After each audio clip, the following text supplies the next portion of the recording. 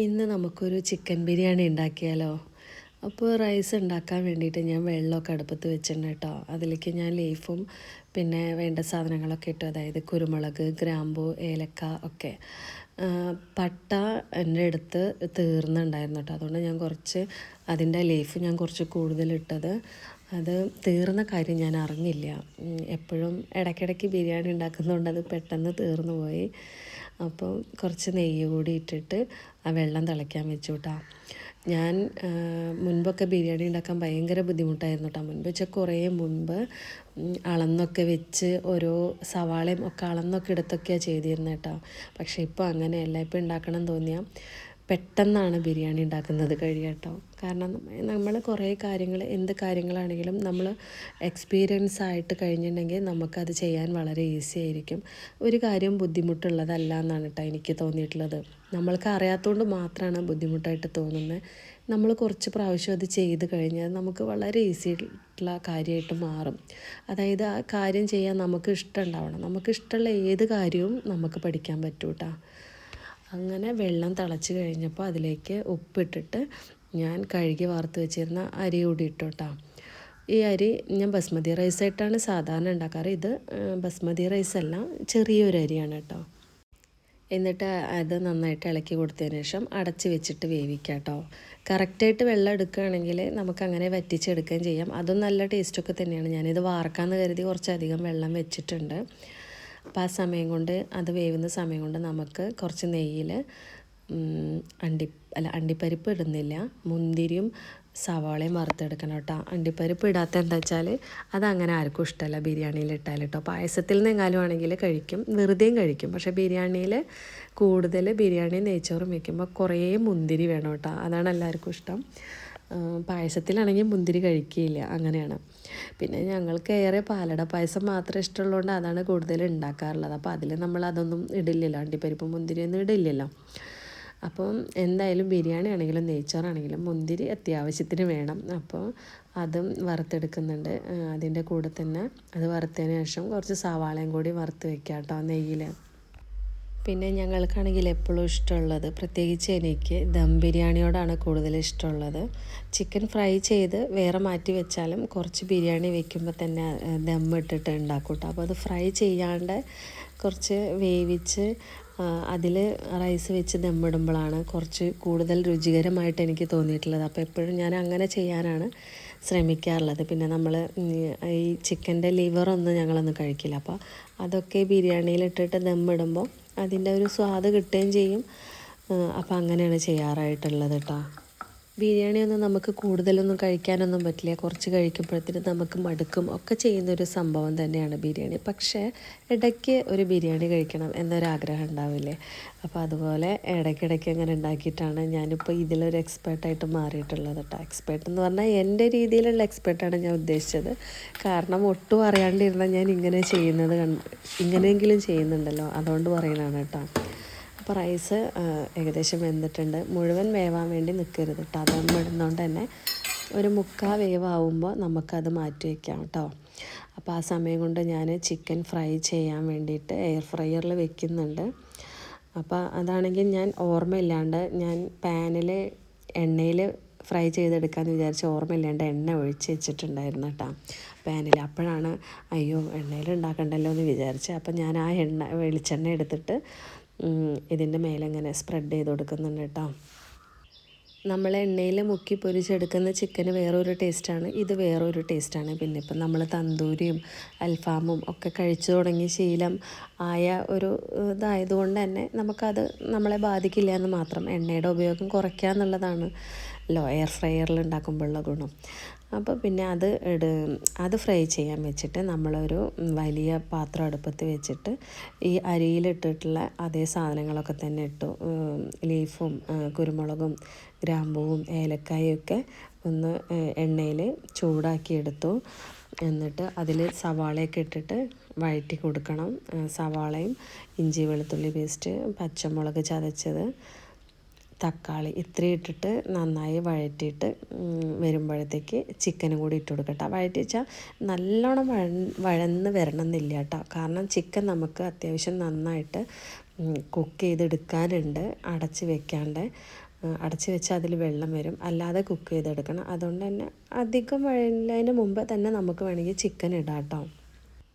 ഇതിലെ സാധനങ്ങൾക്കൊന്നും ഞാൻ ഒരളവും പറയണില്ല കേട്ടോ. നമ്മളുടെ ഒരു കൈക്കണക്കാണിത്. ഞാൻ പറഞ്ഞല്ലോ, മുൻപൊക്കെ അങ്ങനെ അളവൊക്കെ വെച്ചിട്ട് ഉണ്ടാക്കിയിരുന്നതാണ്. പക്ഷെ ഇപ്പം അങ്ങനെയൊന്നുമില്ല. അപ്പം നമ്മൾക്കൊരു ഏകദേശം ഒരു ഐഡിയ അത് വെച്ച് അങ്ങോട്ട് ചെയ്യുക.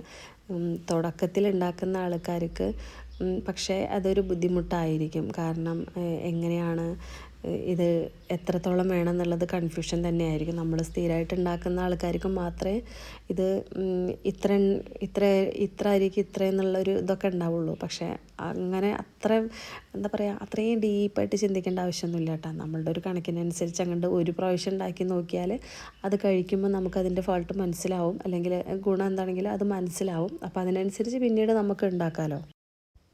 ഇതിലിടുന്ന ചിക്കൻ കുറച്ച് ഉപ്പും മഞ്ഞൾപ്പൊടിയും ഇഞ്ചി വെളുത്തുള്ളി പേസ്റ്റും കൂടിയിട്ട് ഒന്ന് മസാലയൊക്കെ പുരട്ടി വെച്ചതാവണം കേട്ടോ. മുളക് പൊടി മല്ലിപ്പൊടി അങ്ങനെയൊന്നും ഇടണമെന്നില്ല. ഇത്രയും മസാല മാത്രം ഇട്ടാൽ മതി. അതിനിടയ്ക്ക് ഫ്രൈ ചെയ്യാൻ വെച്ച ചിക്കൻ ഒന്ന് എടുത്ത് തിരിച്ചിട്ട് കൊടുക്കുന്നുണ്ട്. അത് അപ്പുറത്തെ സൈഡ് കുറച്ച് കുക്കാവാനും കൂടി ഉണ്ടാവും, അപ്പോൾ ഒന്ന് തിരിച്ചിട്ട് കൊടുക്കുന്നത് നല്ലതാണ് കേട്ടോ. അപ്പോൾ അത് തിരിച്ചിട്ടപ്പോഴത്തേക്ക് ചിക്കൻ ഏകദേശം കുക്കായി വന്നിട്ടുണ്ട്. അത്യാവശ്യം നല്ല രീതിയിൽ കുക്കാവണം കേട്ടോ. അടച്ച് വെക്കരുത്, അടച്ച് വെച്ചാൽ അതിൽ വെള്ളമാവും. അപ്പോൾ അടച്ച് വെക്കാതെ ഇതുപോലെ ഇളക്കി എടുത്തിട്ട് ഒരു നല്ലൊരു ഫ്രൈയുടെ ആ ഒരു ഇതിലേക്ക് എത്തണ പോലെ ആക്കി എടുക്കണം കേട്ടോ. ഫ്രൈ ആവണ്ട, എന്നാലും ആ എണ്ണയൊക്കെ ഇങ്ങനെ നിൽക്കുന്ന പോലെ വരണം. എന്നിട്ട് അതിൽ നിന്ന് പകുതി എടുത്തിട്ട് മാറ്റി വയ്ക്കാം. ലെയറായിട്ട് ഇട്ട് കൊടുക്കാൻ വേണ്ടിയിട്ടാണ് ദമ്മിടുമ്പോൾ കേട്ടോ. അപ്പോൾ പകുതി എടുത്തിട്ട് ഒരു പാത്രത്തിലേക്ക് മാറ്റി വയ്ക്കുക. അതിനുശേഷം അതിലേക്ക് അത്യാവശ്യം കുരുമുളക് പൊടി ഇട്ട് കൊടുക്കുക കേട്ടോ. കുരുമുളക് പൊടി ആദ്യം തന്നെ നമുക്ക് ഇടാം വേണമെങ്കിൽ, അല്ലെച്ചെങ്കിൽ ഇപ്പം ഇങ്ങനെ ഇട്ടാലും മതി. നല്ല രീതിയിൽ തന്നെ ഇട്ട് കൊടുക്കുക. എന്നിട്ട് വേണമെങ്കിൽ ഒന്ന് ഇളക്കി കൊടുക്കാം. ഇനി ഇളക്കി ഇല്ലച്ചെങ്കിലും പ്രശ്നമില്ല. എന്നിട്ട് നമ്മൾ വേവിച്ച് വെച്ച റൈസിൻ്റെ പകുതി റൈസ് ഈ മസാലയുടെ മേലെ ഇട്ട് കൊടുക്കുക. ഇതിലൊരു സ്മെല്ല് കിട്ടാനായിട്ട് പൈനാപ്പിൾ എസൻസ് ഉപയോഗിക്കുന്നവർക്ക് ഉപയോഗിക്കാം, നല്ലതാണ്. അല്ലെങ്കിൽ പൈനാപ്പിൾ പീസാക്കിയിട്ട് വേണമെങ്കിൽ അങ്ങനെ ഇട്ട് കൊടുക്കാം. ഞാൻ ഇപ്പോൾ രണ്ടും ചെയ്യുന്നില്ല, കാരണം ഈ രണ്ട് സാധനം ഇവിടെ ഇല്ല. എപ്പോൾ ബിരിയാണി ഉണ്ടാക്കുമ്പോഴും പൈനാപ്പിൾ ഞാൻ വാങ്ങിക്കാറുള്ളതാണ്, പക്ഷെ ഇന്ന് പൈനാപ്പിൾ ഇല്ല കേട്ടോ. എന്നിട്ട് നമ്മൾ നേരത്തെ ഫ്രൈ ചെയ്ത് വെച്ചിട്ടുള്ള സവോളയും മുന്തിരിയും അതിൻ്റെ മുകളിലേക്ക് ഇട്ട് കൊടുക്കുക. കുറച്ച് മല്ലിയില അരിഞ്ഞത് അതും ഇതിൻ്റെ മുകളിലേക്ക് നന്നായിട്ട് വിതറി കൊടുക്കുക. അതിനുശേഷം വീണ്ടും നമ്മൾ നേരത്തെ എടുത്ത് വെച്ചിട്ടുള്ള മസാല ഇതിൻ്റെ മുകളിൽ പരത്തി കൊടുക്കുക. എന്നിട്ട് അതിൻ്റെ മേലെ വീണ്ടും ബാക്കി വന്നിട്ടുള്ള റൈസ് മൊത്തത്തിൽ ഇട്ട് കൊടുത്തിട്ട് ഒന്നങ്ങനെ സെറ്റാക്കിയിട്ട് പ്രസ് ചെയ്തിട്ട് കൊടുക്കുക. അതായത് സൈഡൊക്കെ ഒന്ന് ഒരു തിക്ക് പോലെ ആക്കി എടുക്കുക. അരിയുടെ വേവ് മാത്രമേ ഇതിൽ നോക്കണ്ടുള്ളൂ കേട്ടോ. മുഴുവനായിട്ട് വേവുന്നതിന് മുമ്പ് വാർത്ത് വെക്കുക. എന്നിട്ട് വാർത്ത് വെച്ചതിന് ശേഷം ഇതിലേക്ക് ഇട്ടാലും ദമ്മിടുമ്പോൾ നല്ല പാകത്തിന് വെന്ത് കിട്ടും കേട്ടോ. ഒട്ടും വേവാതെ ഇരിക്കുന്നത് നല്ലതല്ലല്ലോ. ഇത് പാകത്തിന് വെന്ത് കിട്ടും. അപ്പോൾ കുറച്ച് മസാല ഇട്ടതിന് ശേഷം നമുക്ക് കുറച്ച് കുരുമുളക് പൊടി നേരത്തെ ഇട്ട പോലെ ഇട്ട് കൊടുത്തതിന് ശേഷം ബാക്കി വന്ന റൈസ് ഇതുപോലെ നിരത്തി കൊടുക്കുക. ഫുള്ളായിട്ട് നിരത്തി കൊടുക്കുക. എന്നിട്ട് സൈഡൊക്കെ ഇതുപോലെ നന്നായി ഇങ്ങനെ പ്രസ് ചെയ്ത് കൊടുക്കുക. എന്നിട്ട് പിന്നെ ബാക്കി വന്നിട്ടുള്ള മുന്തിരിയും സവോളയും വറുത്ത് വെച്ചത് ഇട്ട് കൊടുക്കുക. മല്ലിയില ഇട്ട് കൊടുക്കുക കേട്ടോ. ഇത്രയേ ഉള്ളൂ പണി. പിന്നീട് നമ്മളിത് അടച്ച് വെച്ചിട്ട് ഇതിൻ്റെ മുകളിൽ എന്തെങ്കിലും ഒരു വെയിറ്റ് ആയിട്ടുള്ളൊരു സാധനം ഇട്ട് കൊടുക്കുന്നത് നല്ലതാണ് കേട്ടോ. മുകളിൽ കുറച്ച് നെയ്യ് ഒഴിച്ച് കൊടുക്കുന്നത് നല്ലതാണ്. ഞാനാണെങ്കിൽ ഫ്രൈ ചെയ്യാൻ വേണ്ടിയിട്ട് മുന്തിരിയും സവാളയും ഫ്രൈ ചെയ്യാൻ വേണ്ടിയിട്ട് എടുത്ത എണ്ണ അതോടുകൂടിയാണ് ഈ സവാളയിൽ ഇട്ട് വെച്ചിരുന്നത്. അതവിടെ മാറ്റി വെച്ചിരുന്നില്ല. അപ്പോൾ ആ പാത്രത്തിൽ നിന്നുള്ള ആ നെയ്യ് ഇതിലേക്ക് ഇങ്ങനെ ഒഴിച്ചു കൊടുക്കുക. കൂടുതൽ നെയ്യ് വേണമെന്നുള്ളവർക്ക് കുറച്ചുകൂടി നെയ്യ് വേണമെങ്കിൽ ഒഴിച്ചു കൊടുക്കുക കേട്ടോ. ഞാൻ ബിരിയാണി വെക്കുമ്പോഴായിക്കോട്ടെ എന്തായിക്കോട്ടെ ഡാൽഡയൊന്നും ഞാൻ ഒട്ടും യൂസ് ചെയ്യാറില്ല കേട്ടോ. നമ്പീശൻ്റെ നെയ്യ് തന്നെയാണ് എല്ലാറ്റിനും ഉപയോഗിക്കുക, പായസമാണെങ്കിലും ബിരിയാണി ആണെങ്കിലും എല്ലാം. എന്നിട്ട് ലാസ്റ്റ് ചെയ്യേണ്ടത് പപ്പടം കുത്തുന്ന കോലാണ് കേട്ടോ. ഇത് വെച്ചിട്ട് ഇത് ചെറിയൊരു ടിപ്പാണ്. ചെറിയൊരു ഹോൾ ഇങ്ങനെ നിരത്തി ഇട്ട് കൊടുക്കട്ടെ. ചെറുതായിട്ടൊരു ഹോൾ ഇങ്ങനെ ഇട്ട് കൊടുക്കുക. വെറുതെ അതിൻ്റെ അടിയിലത്തെ ആവിയിൽ നിന്ന് അതിങ്ങനെ മുകളിലേക്ക് കറക്റ്റായിട്ട് വരാനാണ്. മൂടി വെച്ചിട്ട് നമുക്കൊരു വെയിറ്റ് വെച്ച് കൊടുക്കാം. മൂടി നല്ലതായിരിക്കണം വെയിറ്റ് വെച്ച് കൊടുക്കുമ്പോൾ കേട്ടോ. എന്നിട്ട് ഞാൻ ഇത് ഈ വീഡിയോയിൽ എടുക്കാത്തൊരു കാര്യം ഞാൻ ചെയ്തിട്ടുണ്ട് കേട്ടോ. അപ്പോൾ ഈ വലിയ തീയിലായിരുന്നു ഇത് ഇരുന്നിരുന്നത്, വലിയ അടുപ്പിലായിരുന്നു ഇരുന്നിരുന്നത് കേട്ടോ. അപ്പോൾ ഞാൻ അതെടുത്തിട്ട് ചെറിയ അടുപ്പിലേക്ക് മാറ്റി വെച്ചിട്ടുണ്ട്. കാരണം എന്നിട്ട് അതിലേറ്റവും സിമ്മിലിട്ടിട്ടാണ് വേവിക്കേണ്ടത്. അപ്പോൾ ഞാൻ വീഡിയോ എടുക്കാണ്ട് ചെയ്തൊരു പണി ഇതാണ്. ആദ്യമായിട്ടാണ് കേട്ടോ ഞാനിങ്ങനെ ചെയ്യണത്. മൈദപ്പൊടി വെച്ചൊന്ന് ഒട്ടിച്ചു കൊടുത്തിട്ടുണ്ട്.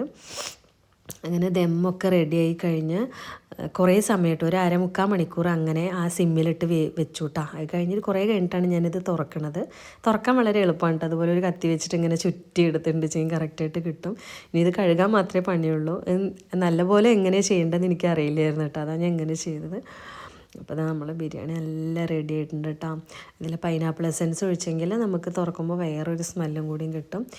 അപ്പോൾ ബിരിയാണി റൈസൊക്കെ പാകത്തിന് വെന്ത്, ഓവർ വെന്തിട്ടില്ല, എന്നാൽ വേവാതെ ഇരുന്നിട്ടില്ല, നല്ല വെന്ത് മസാലയും ചിക്കൻ്റെ ഫ്ലേവറൊക്കെ പിടിച്ചു. അടിപൊളി ബിരിയാണിയാണേ.